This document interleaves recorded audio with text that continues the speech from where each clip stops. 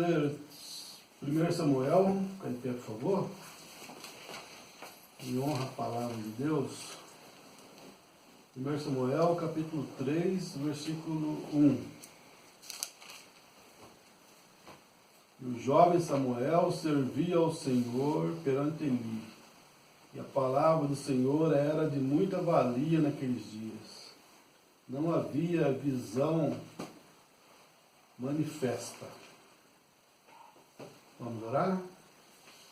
Senhor Deus, vivifica agora a Tua palavra, no nome de Jesus Cristo. Amém. Podemos sentar?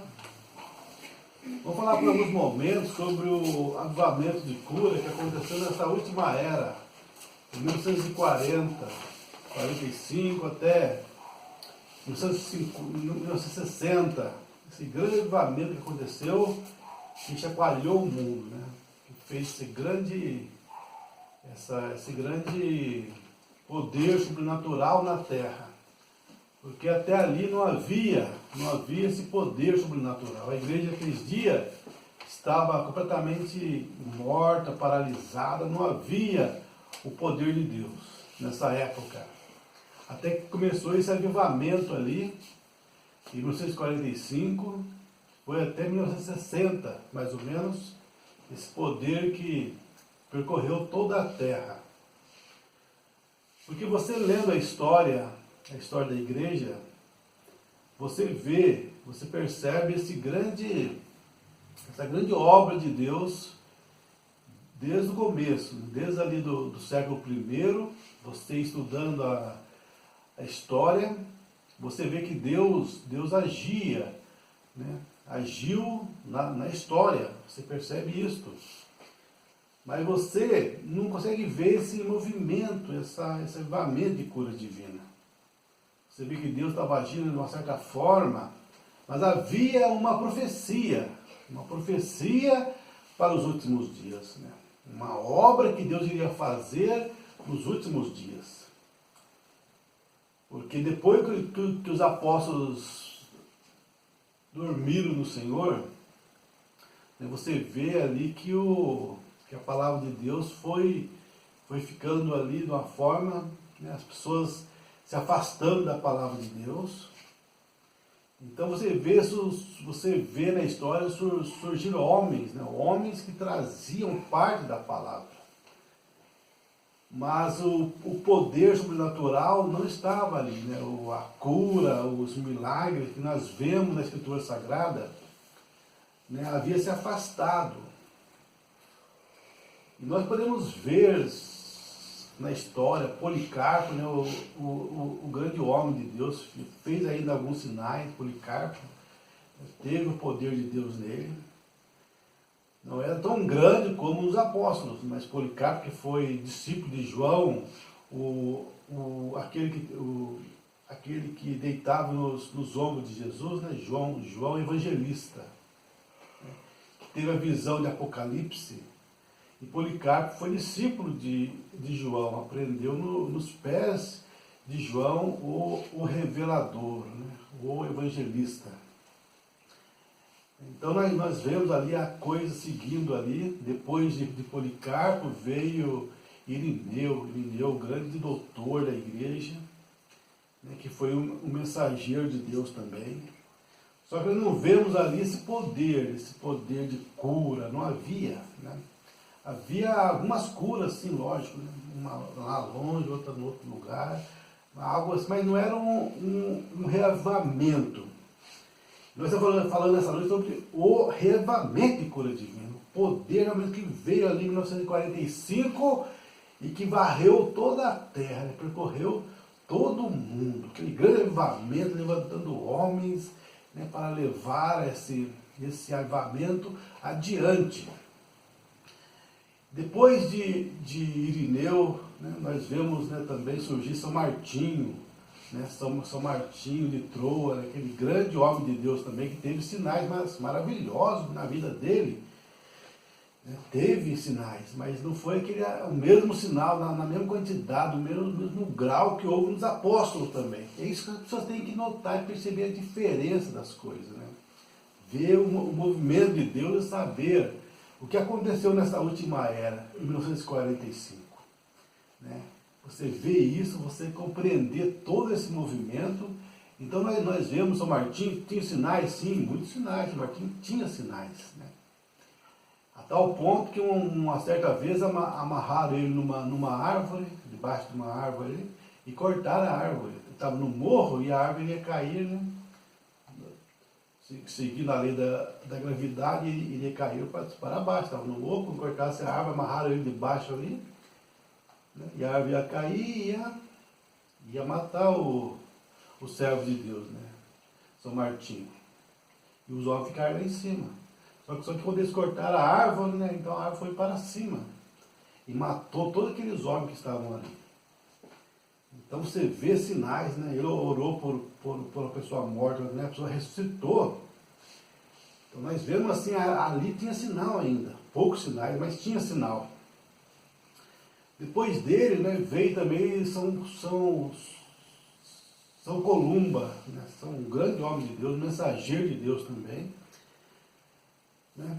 E eu não vi na história ele fazendo sinal, mas ele tinha um poder de pregar, de ensinar, maravilhoso o poder dele. Né? Só que depois depois de São Columba, a igreja entrou numa frieza tão grande, né? Numa era negra, que foram 1000 anos de treva na terra, onde a igreja católica subiu de tal maneira, tomou tal controle do mundo, né? Que quem se levantasse contra ela era morto. Então Deus ali agiu de uma forma ali mas tinha ainda aquelas pessoas de Deus ali. Inclusive teve São Francisco de Assis, né?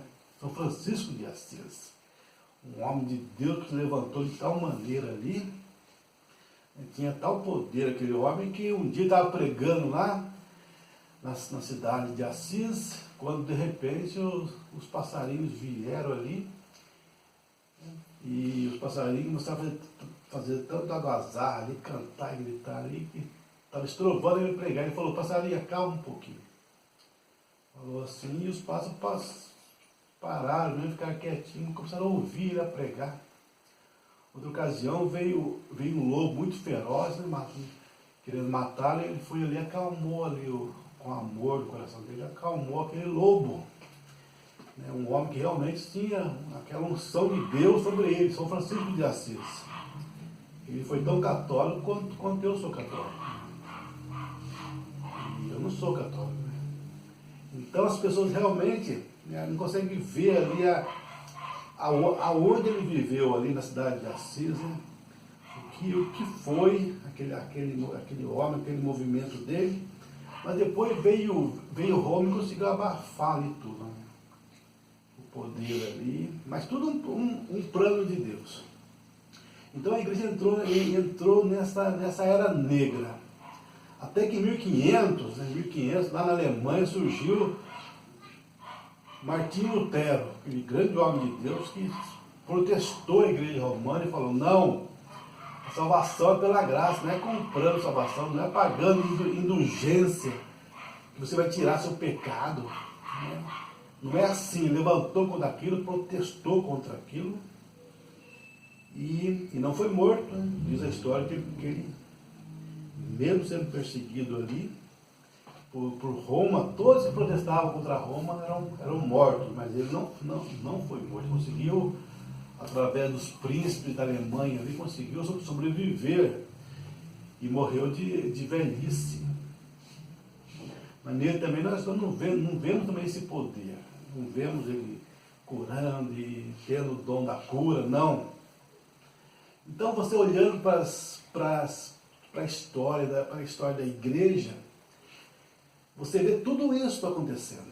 Depois de Martinho Lutero, surge na Inglaterra John Wesley, um homem poderoso também na pregação, e converteu muita gente, aquela coisa toda ali, um avamento, né, da porta aberta, ali, que o evangelho percorreu a terra toda.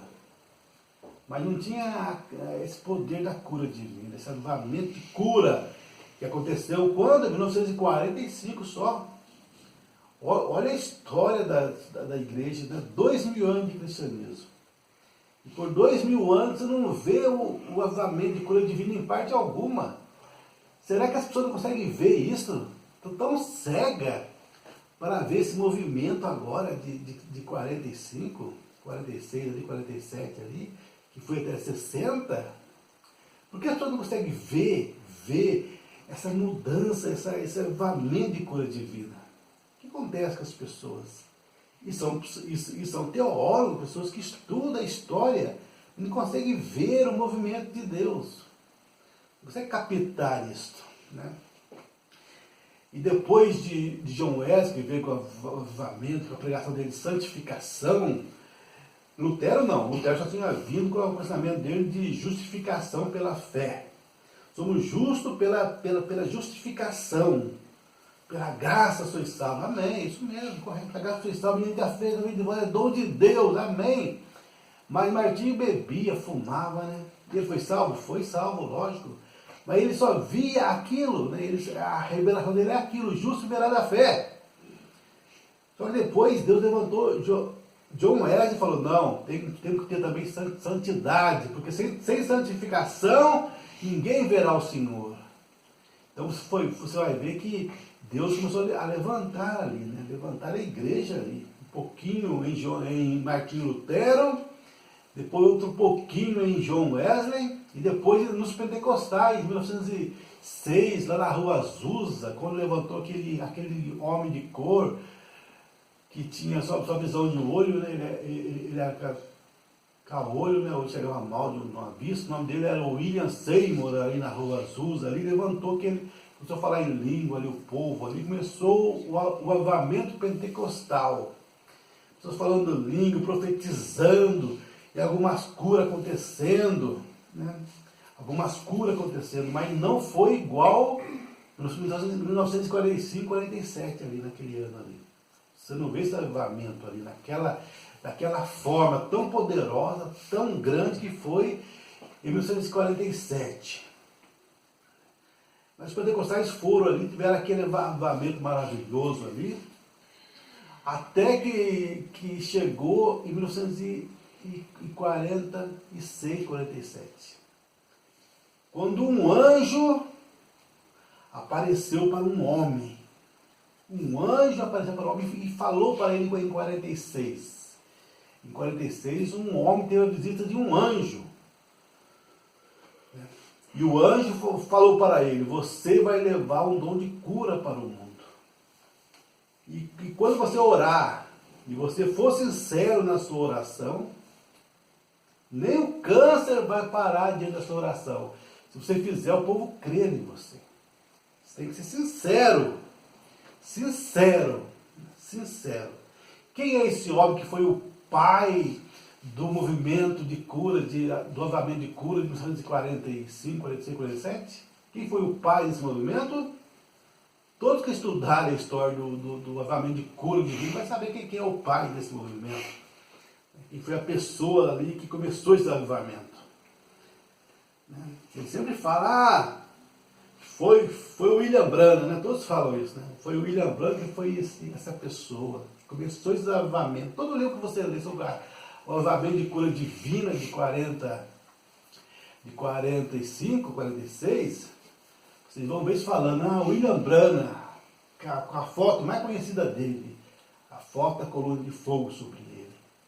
Todo livro que você lê sobre o avivamento de cura divina, você vai ver ele e vai ver outra pessoa, muitas outras pessoas, como, por exemplo, Bosworth, né? Bosworth, aquele senhorzinho, né? Que estava também na Rua Azusa, lá junto com William Seymour, né? Que saiu ali, ensinando, escrevendo livros, né? O grande senhor, né?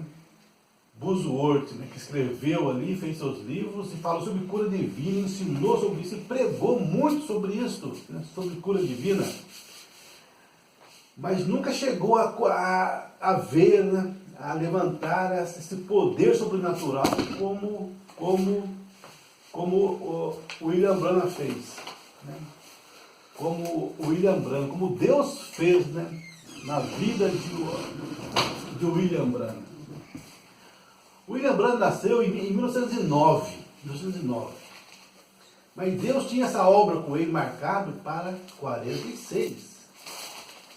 Mas desde criança, Deus já preparava o William Branham. Porque quando o William Branham nasceu, essa mesma luz apareceu no berço dele, na cama dele ali, para fazer essa obra na terra. E quando ele tinha 7 anos de idade, estava levando uma água no balde, né, no balde, aí ele viu um redemoinho numa árvore. E desse redemoinho saiu uma voz para ele: não bebas, não fumes, nem contamine teu corpo com coisa alguma. Porque quando você crescer, Deus tem uma obra para fazer com você. Uma criança assustada correu para a casa da mãe dele, da mãe dele falou para ela: mãe, eu tenho um homem naquela árvore. Um homem falou comigo, falou assim, assim, assim. Depois desse dia, aquele garoto nunca mais passou perto daquela árvore. Ele achava que o homem morava naquela árvore. Coisa de criança, né? Coisa de criança. E a partir dali, naquele momento, sempre por alguns momentos, quando ele foi fumar, Deus, né, ele estava com aquela menina, queria mostrar para ela que era, né, e aí ele tentou fumar. Ela falou: você não fuma, você não é homem, não. Aí quando ele pegou: eu sou homem, sim, daqui, eu vou fumar. Mas quando ele colocou ali, né, foi com o cigarro ali, de repente veio aquela coisa, aquele vento ali, e a voz falou: shhh, Brana. Aí ele ficou assustado, jogou no chão ali, saiu correndo, e a moça xingando ele: seu marica, seu marica. E ele foi chorar lá pros campos, como ele sempre fazia, né? Por que eu sou assim, Senhor? Por que eu não posso ser como todo mundo é? O Senhor tem comigo, Senhor. Aquele jovem sofreu muito, né? Sofreu muito. A bebida também, né? Num barco ali, com o chefe do pai dele, de repente, o homem dá para ele uma bebida para ele tomar. E ele pega e: não bebo. Você não bebe? Você não é filho, não é Brana, não é filho. Aí o pai dele falou: ele é meu filho, mas é um marica. É um marica.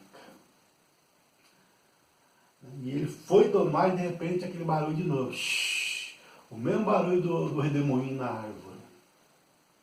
Aí ele teve que sair correndo ali, desceu do barco, e os dois xingando ele.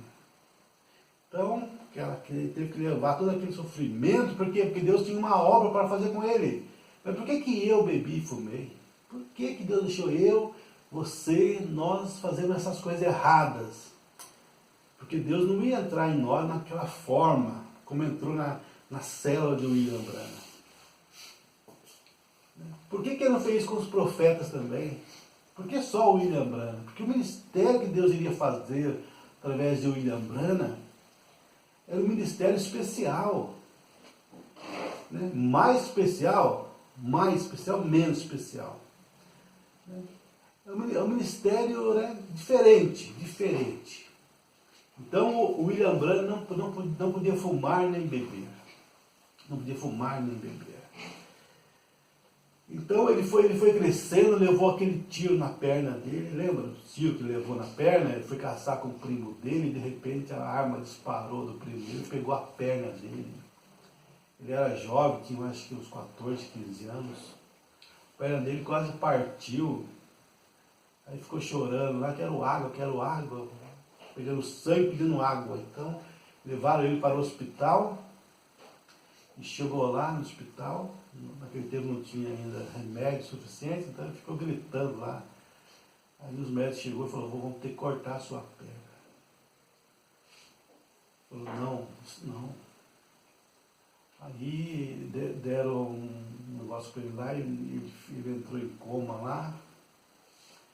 E ele viu ele caindo no inferno.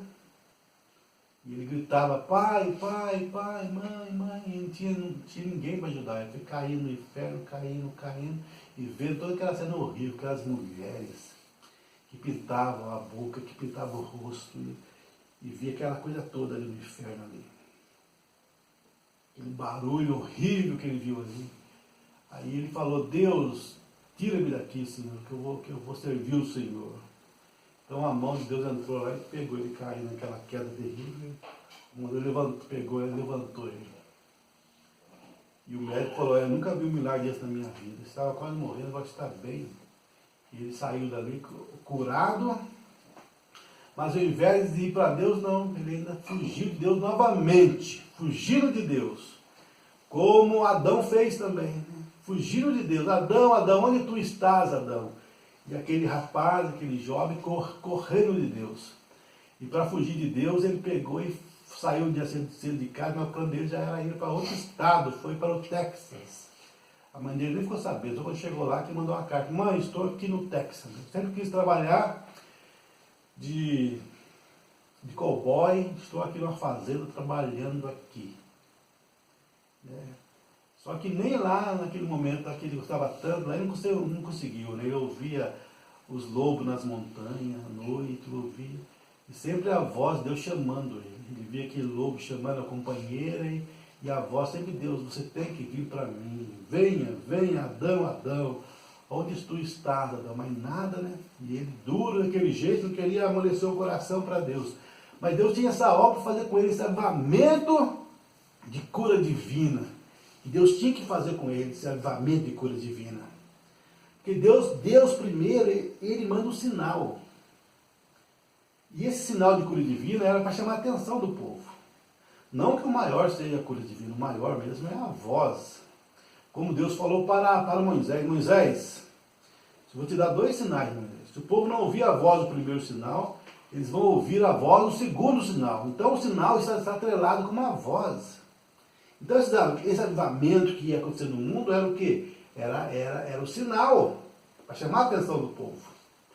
Depois que todo o povo conhecesse o William Branham, sabia do avivamento que estava causando, aí sim, que estava levando a efeito na terra, aí sim a voz viria.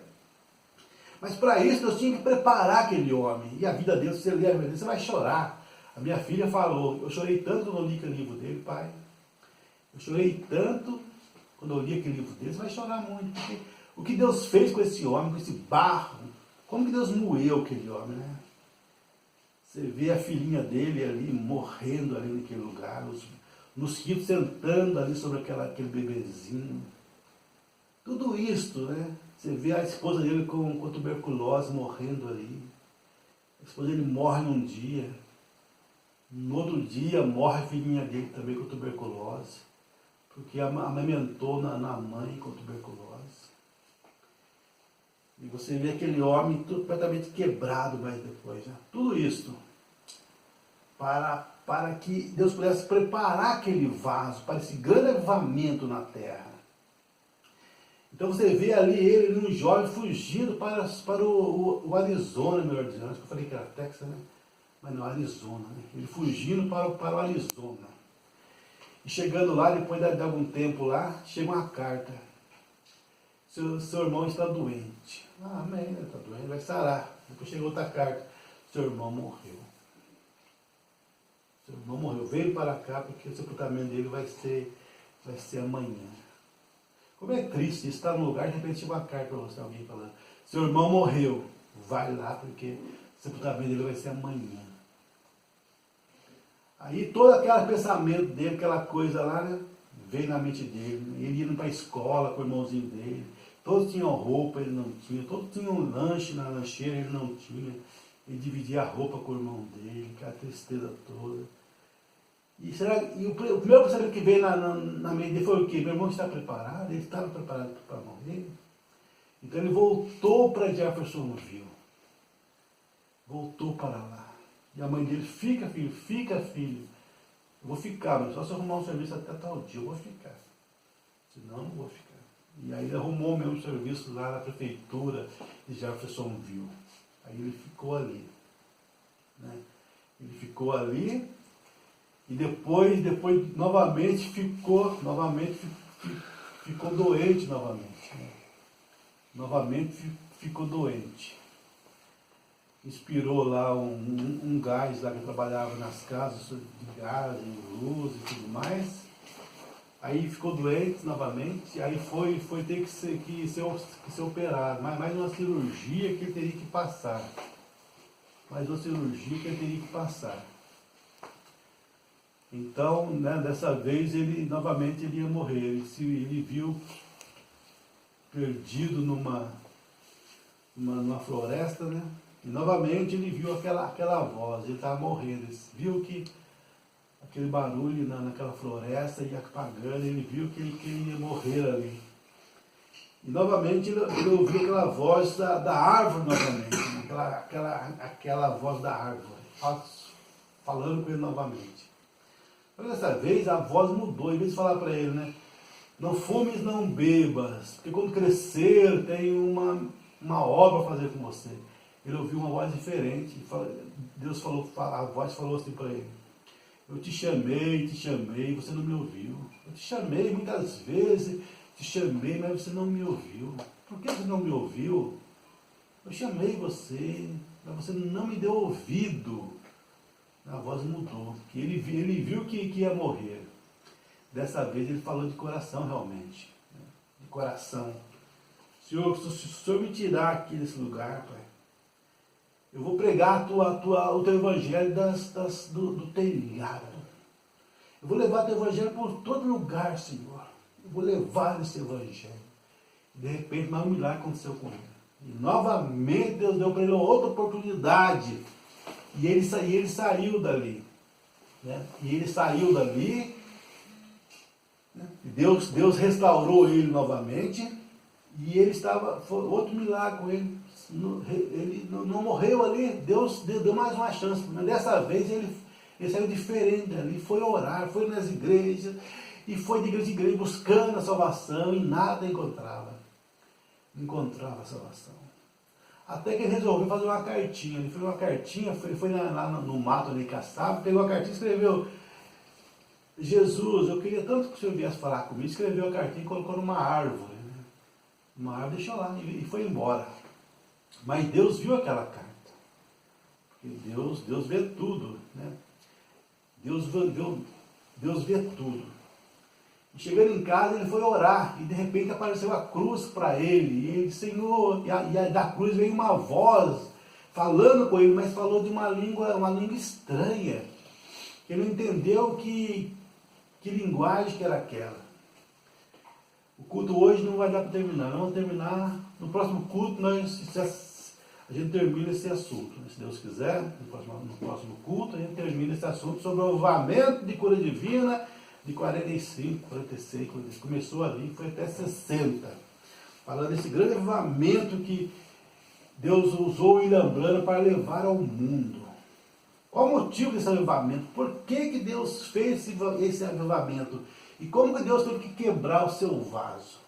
Moer o seu barro para fazer o vaso, né? O vaso para essa grande obra dos últimos dias. Né? Essa grande obra dos últimos dias. Então ali o Mombrano falou para aquela, aí saiu a visão da cruz, foi embora, acabou, ficou tudo em silêncio novamente, mas ele não entendeu a voz. Então ele falou: Senhor, se és tu falando comigo mesmo, volte, mas fala na minha língua, para mim entender o que você está falando. De repente a cruz brilhante veio novamente. E a voz falou com ele, na língua que ele entendeu. Então ele fala que a partir daquele momento ele sentiu que um grande peso de tonelada tinha saído dos ombros dele. Todo pecado havia saído. Deus havia perdoado ele. E ali estava um homem que parecia estar preparado para a obra. Aí você vai ver depois o que aconteceu com ele. Como que ele rejeitou a voz de Deus novamente. Por causa da sogra dele. A sogra dele falou para ele: não vai lá. Não entre nesse mundo pentecostal porque são lixos. São lixos. E ele pegou e deu ouvido para a sogra dele, não foi onde Deus mandou ele ir. Então ele não seguiu a voz de Deus. E pagou o preço. E você vai ver o sofrimento que ele teve. Como que ele sofreu por rejeitar a voz de Deus. E ficar com a voz dos outros. O que as pessoas falam. Tem que seguir o que Deus fala, não o que as pessoas falam. Mas no final você vê ele consagrado a Deus. É isso que importa.